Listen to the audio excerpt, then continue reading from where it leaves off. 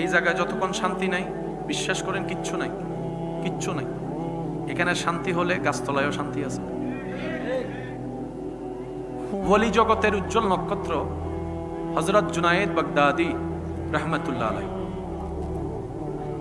হযরত সাররি সাকাতি রাহমাতুল্লাহ আলাইহির সাথে বাজার পথে রাস্তা দিয়ে হেঁটে যাচ্ছে। হঠাৎ করে দেখলেন মানুষের জড়ো হওয়া। হযরত সাররি সাকাতি রাহমাতুল্লাহ আলাইহি হযরত জুনায়েদ বাগদাদিকে বললেন, একটু গিয়ে দেখো তো কাহিনীটা কি, ঘটনা কি।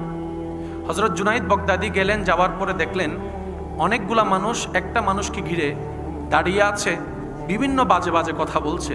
যে মানুষটা নেশা করে মাতাল হয়ে পড়ে আছে। এই খবরটা যখন আল্লাহর ওলি হযরত সাররি সাকাতি রাহমাতুল্লাহ আলাইহির কাছে এসে পৌঁছলো, সাররি সাকাতি রাহমাতুল্লাহ আলাইহি ওই মদ পানকারী, শরাব পানকারী ব্যক্তির কাছে গেলেন, যার পাশে কেউ যেতেই চাচ্ছে না, দাঁড়িয়ে দূর থেকে সবাই মন্দ কথা বলছে। ওই সময়ের জগৎ বিখ্যাত আলেম, ফকি, মুফতি, আল্লাহর ওলি, গ্রেডেড বান্দাদের ভিতর অন্যতম। ওনারা গেলেন, ওনাদেরকে দেখে এলাকার মানুষ সবাই সম্মানে শ্রদ্ধায় সরে গেলেন। সুবহানাল্লাহ।